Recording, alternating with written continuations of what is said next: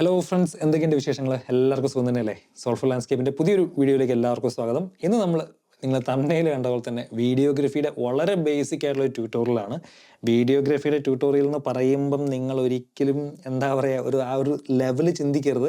ഇത് വളരെ ബേസിക്കാണ്. എത്ര ഷട്ടർ സ്പീഡ് ഇടണം, എത്ര FPS ഇടണം, അല്ലെങ്കിൽ ലോഗ് ഷൂട്ട് ചെയ്യുമ്പം ശ്രദ്ധിക്കേണ്ട ചില കാര്യങ്ങൾ, ഇങ്ങനെയുള്ള ചില കാര്യങ്ങൾ വളരെ അപ്പർച്ചർ അത്രയ്ക്ക് ഉദ്ദേശിക്കുന്നുള്ളൂ. വളരെ സിമ്പിളാണ്, വളരെ ബേസിക്. ഈ വീഡിയോ ചെയ്യുന്നത് എന്തിനാണെന്ന് ചോദിച്ചു കഴിഞ്ഞാൽ, നമ്മൾ നെക്സ്റ്റ് വീക്കോടെ ഡാമേജ് സോളിൻ്റെ വീണ്ടും വളരെ ബേസിക് ആയിട്ടുള്ള ട്യൂട്ടോറിയൽ സ്റ്റാർട്ട് ചെയ്യുന്നുണ്ട്. ലൈക്ക് ഇങ്ങനെ ഒരു വീഡിയോ എടുത്ത് എങ്ങനെ എഡിറ്റ് ചെയ്യാം, നിങ്ങൾക്ക് യൂട്യൂബൊക്കെ തുടങ്ങാൻ താല്പര്യം ഉണ്ടെങ്കിൽ ഹെൽപ്പ് ചെയ്യാൻ വേണ്ടിയാണ്.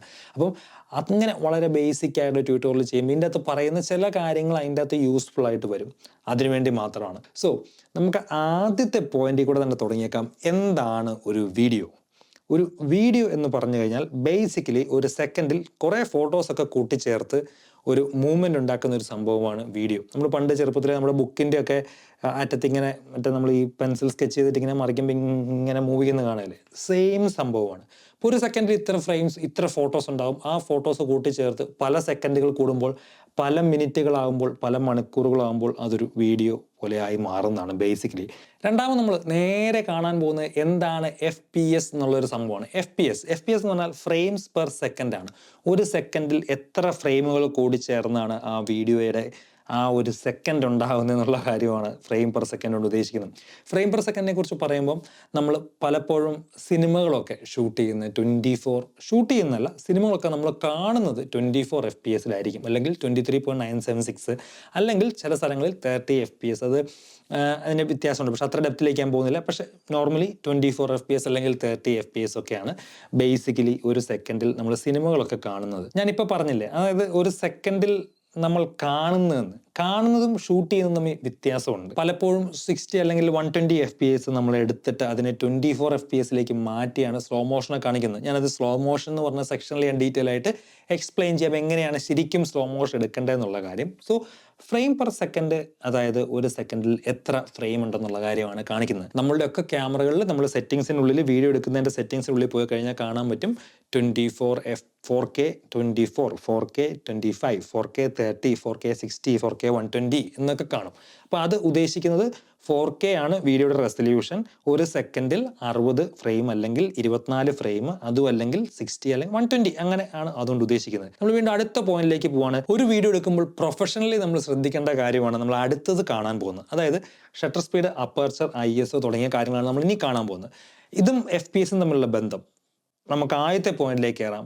ഷട്ടർ സ്പീഡും FPS-ഉം ഒരു റൂളുണ്ട്. അതായത് നിങ്ങൾ എത്ര FPS-ലാണോ ഷൂട്ട് ചെയ്യുന്നത് അതിൻ്റെ ഇരട്ടി ആയിരിക്കണം നമ്മുടെ ഷട്ടർ സ്പീഡ്. അതാണ് അതിൻ്റെ ഒരു റൂൾ. അതങ്ങനെ തന്നെ ആയാലേ നമ്മുടെ വീഡിയോയ്ക്ക് പെർഫെക്റ്റ് ആയിട്ടുള്ളൊരു മോഷൻ കിട്ടുള്ളൂ. ഉദാഹരണം പറഞ്ഞാൽ, നിങ്ങൾ 24 FPS-ലാണ് ഷൂട്ട് ചെയ്യുന്നതെങ്കിൽ നമ്മൾ 1/50th ഷട്ടർ സ്പീഡ് ഇട്ടിരിക്കണം. നിങ്ങൾ ഫോട്ടോഗ്രാഫേഴ്സിന് അറിയാം ഷട്ടർ സ്പീഡ് 1/50th എന്ന് പറഞ്ഞാൽ എത്രയാണെന്നറിയാം. നമ്മൾ 60 FPS ആണെങ്കിൽ എത്ര വരും? 1/120th വരും. നമ്മൾ 120 FPS ആണെങ്കിലോ 1/240th വെച്ചായിരിക്കും നമ്മൾ ഷട്ടർ സ്പീഡ് ഇടുക. അത് നമ്മൾ എപ്പോഴും ശ്രദ്ധിക്കേണ്ട കാര്യമാണ്. ഈവൻ നിങ്ങളുടെ ഫോണിലാണ് നിങ്ങൾ ചെയ്യുന്നതെങ്കിലും മാനുവൽ മോഡിൽ നമ്മൾ ചെയ്യുമ്പോൾ ആ ഒരു പെർഫെക്ഷൻ കിട്ടാൻ വേണ്ടി നമ്മൾ കൃത്യമായിട്ടുള്ള ഷട്ടർ സ്പീഡ് ഇട്ട് കൊടുക്കണം. FPS-ഉം ഷട്ടർ സ്പീഡും തമ്മിലുള്ള ബന്ധം നിങ്ങൾക്ക് മനസ്സിലായി. ഞാനത് പറഞ്ഞുകൊണ്ടിരുന്നപ്പോൾ നിങ്ങളോട് പറഞ്ഞായിരുന്നു സ്ലോ മോഷനെ കുറിച്ച് ഞാൻ ശരിക്കും പറഞ്ഞുതരാമെന്നുള്ള കാര്യം. നമുക്കിതൊന്ന് കണ്ടുനോക്കാം എങ്ങനെയാണ് ശരിക്കും സ്ലോ മോഷന് സംഭവിക്കുക എന്നുള്ള കാര്യം. സ്ലോ മോഷനെ കുറിച്ച് പഠിക്കുമ്പോൾ നമ്മൾ ഒരു കാര്യം നമ്മുടെ മനസ്സിലുണ്ടായിരിക്കണം. അതായത് കാണുന്ന ഫ്രെയിം പെർ സെക്കൻഡും എടുക്കുന്ന ഫ്രെയിം പെർ സെക്കൻഡും രണ്ടായിരിക്കും. ഉദാഹരണം ഞാൻ പറയാം. കാണുന്ന ഫ്രെയിം പെർ സെക്കൻഡ് 24 FPS അല്ലെങ്കിൽ 30 FPS ആണെന്ന് നിങ്ങൾ വിചാരിക്കുക. അങ്ങനെയാണെന്ന് നമ്മൾ നേരത്തെ പറഞ്ഞു ഒരു സിനിമയിൽ. പക്ഷേ നമ്മൾ കാണുന്നതുകൊണ്ട് മമ്മൂട്ടി അല്ലെങ്കിൽ മോഹൻലാൽ വളരെ സ്ലോ മോഷനിൽ ഇങ്ങനെ നടന്നു വരുന്നത്. അതിന് കാരണം എന്താണെന്ന് വെച്ച് കഴിഞ്ഞാൽ ഇവർ ഷൂട്ട് ചെയ്യുന്നത് 60 അല്ലെങ്കിൽ 120 അല്ലെങ്കിൽ അതിനനുസരിച്ചുള്ള ഒരു കൂടിയ ഫ്രെയിം പെർ സെക്കൻഡിലായിരിക്കും. എന്നിട്ട് ഈ 60 FPS-നെ നമ്മൾ 24 FPS-ൻ്റെ ഒരു ടൈം ലൈൻ ആക്കി കൊണ്ടുവരുമ്പോഴത്തേക്കും എന്താ സംഭവിക്കുക? കൂടുതൽ ഫ്രെയിംസ് ഉണ്ട്. ഈ ഫ്രെയിംസ് എല്ലാം അങ്ങ് സ്ട്രെച്ച് ചെയ്യും. നിങ്ങൾക്ക് മനസ്സിലാൻ വേണ്ടി ഞാൻ 50 FPS-ൻ്റെ ഒരു വീഡിയോ എന്ന് വിചാരിക്കുക. 25 FPS ടൈം ലൈനിലേക്ക് കൊണ്ടുവരുമ്പോഴത്തേക്കും അത് ഇരട്ടി ഫ്രെയിംസ് ഉണ്ടാവില്ലേ? അപ്പോൾ ഒരു സെക്കൻഡിൽ 24 ഫ്രെയിംസ് ഉള്ള ഒരു ടൈം ലൈനിൽ 50 ഫ്രെയിംസ് ഉള്ള ഒരു വീഡിയോ കൊണ്ടുവന്ന് സ്ലോ ആക്കുമ്പോൾ അത് 2 സെക്കൻഡുള്ള ഒരു വീഡിയോ ആയി മാറും. അതാണ് ഇവിടെ സ്ലോ മോഷൻ സംഭവിക്കുക. ബേസിക്കലി നമ്മൾ ചെയ്യുന്നത് കൂടുതൽ ഫ്രെയിം പെർ സെക്കൻഡ് എടുത്തിട്ട് സ്ലോ ഡൗൺ ചെയ്യുകയാണ് ചെയ്യുന്നത്. ഇത് ഏതൊക്കെ കാര്യത്തിന് എങ്ങനെയൊക്കെ സ്ലോ മോഷനൊക്കെ ഓരോന്നും ഓരോ രീതികളുണ്ട്. Like human elements slow down ചെയ്യാനായിട്ട് ഇപ്പോൾ സാധാരണ വെഡ്ഡിങ്ങും കാര്യങ്ങളൊക്കെ സ്ലോ ഡൗൺ ചെയ്യാനായിട്ട് നമ്മൾ സാധാരണ 60 FPS അല്ലെങ്കിൽ 50 FPS ഷൂട്ട് ചെയ്യുക. നേരെ മറിച്ച് ഫാസ്റ്റായിട്ട് ഓടുന്ന ആനിമൽസ്, അങ്ങനത്തെ വൈൽഡ് ലൈഫ് വീഡിയോസിനൊക്കെ പലപ്പോഴും 120 FPS, ഇപ്പം സ്പീഡിൽ പോകുന്ന കാറ് ഒക്കെ 120 FPS ആയിരിക്കും ഷൂട്ട് ചെയ്യുക. ബട്ട് ദാറ്റ് ബീങ് സെറ്റ്, ആ മനുഷ്യന്മാരുടെ കാര്യത്തിനൊക്കെ ലൈക്ക് 120 FPS ഷൂട്ട് ചെയ്യാൻ ലൈക്ക് അൾട്രാ ആ ഒരു സ്മൂത്ത് ബട്ടർ ലൈക്ക് സംഭവം വരാൻ വേണ്ടി നമ്മൾ 120 FPS ഷൂട്ട് ചെയ്യും. അത് ഭയങ്കര ബ്യൂട്ടിഫുൾ ആണ്. നമ്മുടെ പീറ്റർ മക്നിനോൺ അങ്ങനെ എന്തിലാണ് പീറ്റർ പുള്ളിക്കാരൻ ഇത് വളരെ ഫേമസ് ആക്കിയതാണ്. പുള്ളിയുടെ ഒരു കാലഘട്ടത്തിൽ പുള്ളി ഫുൾ ഇതിൻ്റെ പുറകെയായിരുന്നു, 120 FPS പുറകെയായിരുന്നു. അപ്പം 120 FPS നമ്മൾ സ്ലോ ഡൗൺ ആവും.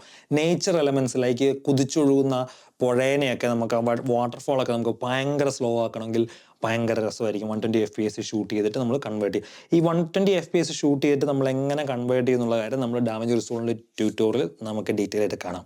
Moving on to the next point, aperture. Aperture in videography എന്ന് പറയുമ്പോൾ ഫോട്ടോഗ്രാഫി പോലെ തന്നെയാണ് അപ്പർച്ചർ ഇൻ വീഡിയോഗ്രഫിയിലും വർക്ക് ചെയ്യുക. അതായത് രണ്ട് പ്രധാനപ്പെട്ട കടമയാണ് അപ്പർച്ചറിനുള്ളത്. ഒന്ന് ലൈറ്റ് കൺട്രോൾ ചെയ്യുക, രണ്ട് ഡെപ്ത് ഓഫ് ഫീൽഡ് കൺട്രോൾ ചെയ്യുക. ഡെപ്ത് ഓഫ് ഫീൽഡ് എന്താണെന്നുള്ള കാര്യമൊക്കെ ഡീറ്റെയിൽ ആയിട്ട് ഒരുപാട് വീഡിയോയിൽ ഞാൻ പറഞ്ഞിട്ടുണ്ട്, നിങ്ങൾക്ക് ലിങ്ക് കൊടുത്തേക്കാൻ നിങ്ങൾ കണ്ടു നോക്കുക.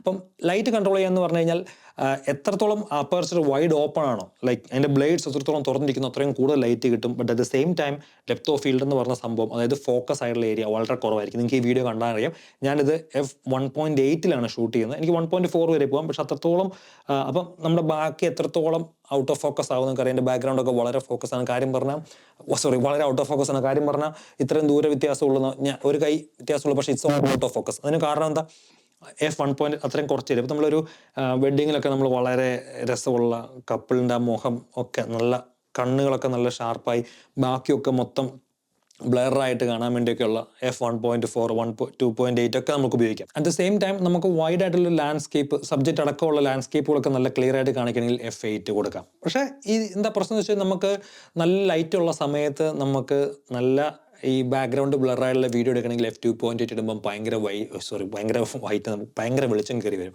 അതിനെ കൺട്രോൾ ചെയ്യുന്ന കാര്യം ഞാൻ പറയാം. അപ്പം നമുക്ക് അടുത്ത പോയിന്റ് ആയിട്ടുള്ള ISOയിലേക്ക് വരാം. ISO എന്ന് പറയുമ്പം ISO സൂക്ഷിച്ച് ഉപയോഗിച്ചില്ലെങ്കിൽ വീഡിയോ ഫുള്ള് കുളമായി പോകും.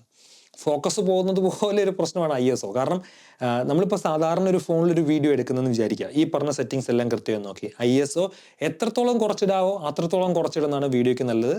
കാരണം വീഡിയോയിൽ നോയിസിൻ്റെ പെർഫോമൻസ് കുറവായിരിക്കും. നമ്മൾ ബാക്കിയെല്ലാം കൺട്രോൾ ചെയ്യാൻ വേണ്ടി ISOനെ കയറ്റി അങ്ങിട്ട് ബാക്കിയെല്ലാം കുറച്ചിട്ടാലും കാര്യമില്ല. കാരണം എന്താണെന്ന് വെച്ച് കഴിഞ്ഞാൽ ISO കൂടുന്തോറും അതാണ് ഈ ലോ ലൈറ്റ് അല്ലെങ്കിൽ നൈറ്റിൽ വീഡിയോ എടുക്കുമ്പോൾ ഫോണിൽ ഭയങ്കര ഗ്രെയിൻസ് ഉണ്ടാവും എന്ന് പറയുന്നതിൻ്റെ കാര്യം അതാണ്. ഇനി നമ്മൾ ക്യാമറയുടെ DSLR മിറർലെസ് വീഡിയോ ക്യാമറയുടെ കാര്യത്തിലേക്കൊക്കെ വന്നു കഴിഞ്ഞാൽ പലരും ലോഗിലാണ് ഷൂട്ട് ചെയ്യുക. ലോഗ് എന്താണെന്നുള്ള കാര്യം അടുത്ത പോയിന്റ് നമുക്ക് പെട്ടെന്ന് സംസാരിക്കാൻ സമയം കുറേ ആവുന്നുണ്ട്. സോ ISO എപ്പോഴും കൺട്രോൾ ചെയ്ത് പറ്റുന്നിടത്തോളം കൺട്രോൾ ചെയ്ത് യൂസ് ചെയ്യുക. ലോഗിനെ കുറിച്ച് ഞാൻ അടുത്ത പോയിന്റ് പറയും, അന്നേരം ഞാൻ ISOയുടെ ഒരു കാര്യം കൂടെ പറയാം, അപ്പോൾ നിങ്ങൾക്ക് കുറച്ച് ക്ലിയർ ആകും. ഓക്കെ, നമുക്ക് ലോഗിനെ കുറിച്ച് പറയാം. ലോഗ് എന്ന് പറഞ്ഞു കഴിഞ്ഞാൽ ഒരു ഫ്ലാറ്റ് പ്രൊഫൈലാണ്. നിങ്ങളിപ്പോൾ കാണുന്ന ഒരു ഫ്ലാറ്റ് പ്രൊഫൈലാണ്.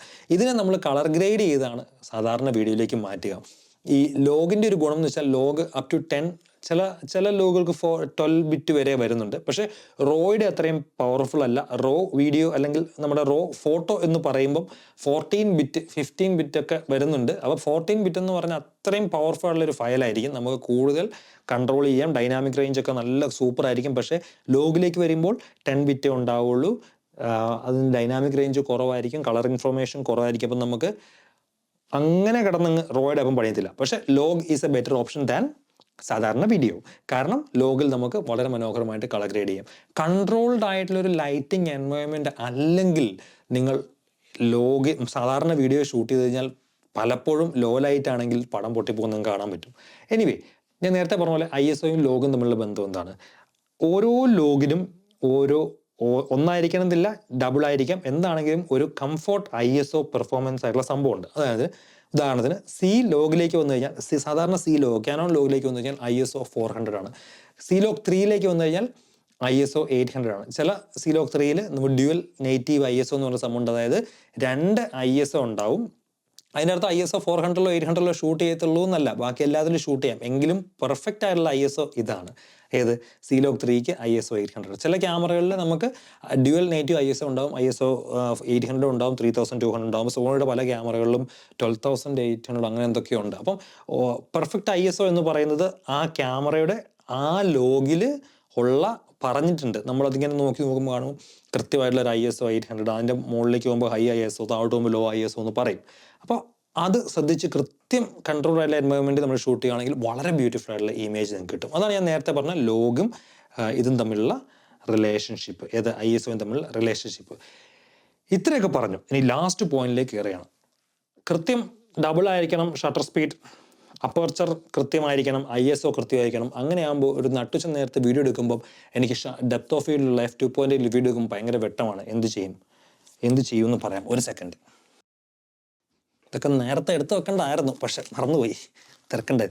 അങ്ങനെയുള്ള സമയത്താണ് നമ്മൾ ഇതുപോലത്തെ സുനകൾ ഉപയോഗിക്കുന്നത്. ഫിൽറ്ററുകൾ ഉപയോഗിച്ച് നമുക്ക് ലൈറ്റിനെ കൺട്രോൾ ചെയ്യാം. ഫിൽറ്ററുകളെ കുറിച്ച് ഡീറ്റെയിൽ ആയിട്ടുള്ള വീഡിയോ ഞാൻ പിന്നെ ചെയ്യാം. പക്ഷേ പലതരത്തിലുള്ള ഫിൽറ്ററുകളുണ്ട്. ഇത് വേരിയബിൾ ND ഫിൽറ്ററാണ്. ഇത് 2 to 5 സ്റ്റോപ്പാണ്. 2 മുതൽ 5 സ്റ്റോപ്പ് വരെ ഇതിനെ വെട്ടം കൺട്രോൾ ചെയ്യാൻ പറ്റും. നിങ്ങൾക്ക് കാണാൻ പറ്റും. ഇപ്പം എൻ്റെ കണ്ണ് നിങ്ങൾക്ക് കാണുന്നുണ്ട്. ഇനി ഞാനിത് ഇരുട്ടാകുമ്പോൾ കൂടുതൽ ഇരുട്ടായി. ഇത് 9 സ്റ്റോപ്പ് ND ഫിൽറ്ററാണ്.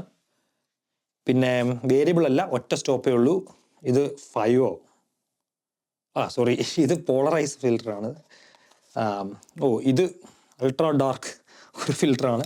സോ ഫോട്ടോഗ്രാഫിയിൽ നമ്മൾ മറ്റേ ഇതെടുക്കുമല്ലോ, ഏത് നമ്മളുടെ ലോങ് എക്സ്പോഷർ എടുക്കാൻ വേണ്ടി നമ്മൾ ഉപയോഗിക്കുന്നത് പോലെ തന്നെ ഒരു സംഭവമാണ് ഇതിൻ്റെ അകത്ത്. നമുക്ക് ലൈറ്റിനെ കൺട്രോൾ ചെയ്യാം. അപ്പോൾ ഇതുപോലത്തെ ഒരു ഫിൽറ്റർ ഇട്ട് കഴിഞ്ഞാൽ നമുക്ക് വീഡിയോ എടുക്കാൻ നേരത്ത് കൃത്യം ഷട്ടർ സ്പീഡും കൃത്യം അപ്പർച്ചറും കൃത്യം ISO ഇട്ട് കൊടുത്ത് നമുക്ക് ലൈറ്റിനെ ക്യാമറയുടെ ഉള്ളിലേക്ക് കടത്തി വിടുന്ന കൺട്രോൾ ചെയ്യാം. അങ്ങനെ നമുക്ക് ഇതുപോലത്തെ സംഭവങ്ങൾ ഉപയോഗിക്കുകയാണെങ്കിൽ നമുക്ക് ഈ പറഞ്ഞ പോലെ പെർഫെക്റ്റ് സെറ്റിങ്സിലുള്ള പെർഫെക്റ്റ് ആയിട്ടുള്ള വീഡിയോ എടുക്കാൻ പറ്റും. പെർഫെക്റ്റ് അല്ല, പെർഫെക്റ്റ്. പ്രൊനൗൺസ് ചെയ്യാൻ പാടില്ല. എന്ത് ചെയ്യാനാ, നമ്മൾ ലോക്കൽ മലയാളീസ്. എനിവേ, അപ്പം അതാണ് ഫിൽറ്ററുകളുടെ സംഭവം. ഓക്കെ, അപ്പോൾ ഫിൽറ്ററുകൾ യൂസ് ചെയ്യുക. ചീപ്പ് ഫിൽറ്റർ വാങ്ങിച്ച് കളയരുത്, പൈസ കളയരുത്. ഞാൻ പണ്ട് 10-100 ഫിൽറ്റർ വാങ്ങിച്ച് കളയുമായിരുന്നു, അതുകൊണ്ട് ഞാൻ പറഞ്ഞു. പക്ഷേ once you invest in a good filter, it's really good. കാരണം അതിൻ്റെ ഗ്ലാസിന് ക്വാളിറ്റി ഉണ്ട്. നമ്മൾ 10 ലക്ഷം രൂപയുടെ ലെൻസിൽ കൊണ്ടുപോയിട്ട് 2 ലക്ഷം രൂപയുടെ ലെൻസിൽ കൊണ്ടുപോയിട്ട് 100 രൂപയുടെ ഫിൽറ്റർ ഇട്ട് ക്യാമറയുടെ ക്വാളിറ്റി കളയുന്ന പോലെ. ഇത് മറ്റേ PMV3 പീറ്റർ മെക്കിനിൻ്റെ വേർഷൻ 3 പോളാർ പ്രോയുടെ നല്ല സാധനമാണ്. എനിവേ, അതുപോലത്തെ നല്ല ഫിൽറ്ററുകൾ വാങ്ങിച്ചിട്ട് ടിഫിൻ എന്ന് പറഞ്ഞ കമ്പനിയുണ്ട്. പോളാർ പ്രോ വളരെ നല്ലതാണ്. ഇപ്പം നമ്മുടെ K&F നല്ല ഫിൽറ്ററുകൾ ഇറക്കുന്നുണ്ട്. എനിവേ, അപ്പം ഇത്രയൊക്കെയാണ് വീഡിയോഗ്രാഫിയുടെ ബേസിക്സ് എന്ന് പറഞ്ഞു കഴിഞ്ഞാൽ. നമുക്ക് നെക്സ്റ്റ് വളരെ സൂൺ തന്നെ നമ്മൾ ഡാവിഞ്ചി റിസോൾവിൻ്റെ ട്യൂട്ടോറിയൽ തുടങ്ങുകയാണ്. അടുത്ത വീഡിയോ ഡാവിഞ്ചി റിസോൾവിൻ്റെ ഫസ്റ്റ് വീഡിയോ ആയിരിക്കും. ഫ്രീ ആണോ പെയ്ഡ് ആണോ വാങ്ങേണ്ടതെന്നുള്ളതിനെ കുറിച്ചുള്ള ഒരു കമ്പാരിസൺ സ്റ്റഡി ആയിരിക്കും. അവിടെ നമുക്ക് അങ്ങ് തുടങ്ങാം. Okay, so that's it for today. It was a long video. Anyway, take care. മറ്റൊരു വീഡിയോ വേണ്ടി അടുത്ത ആഴ്ച കാണാം. Bye for now. Take care. Piece.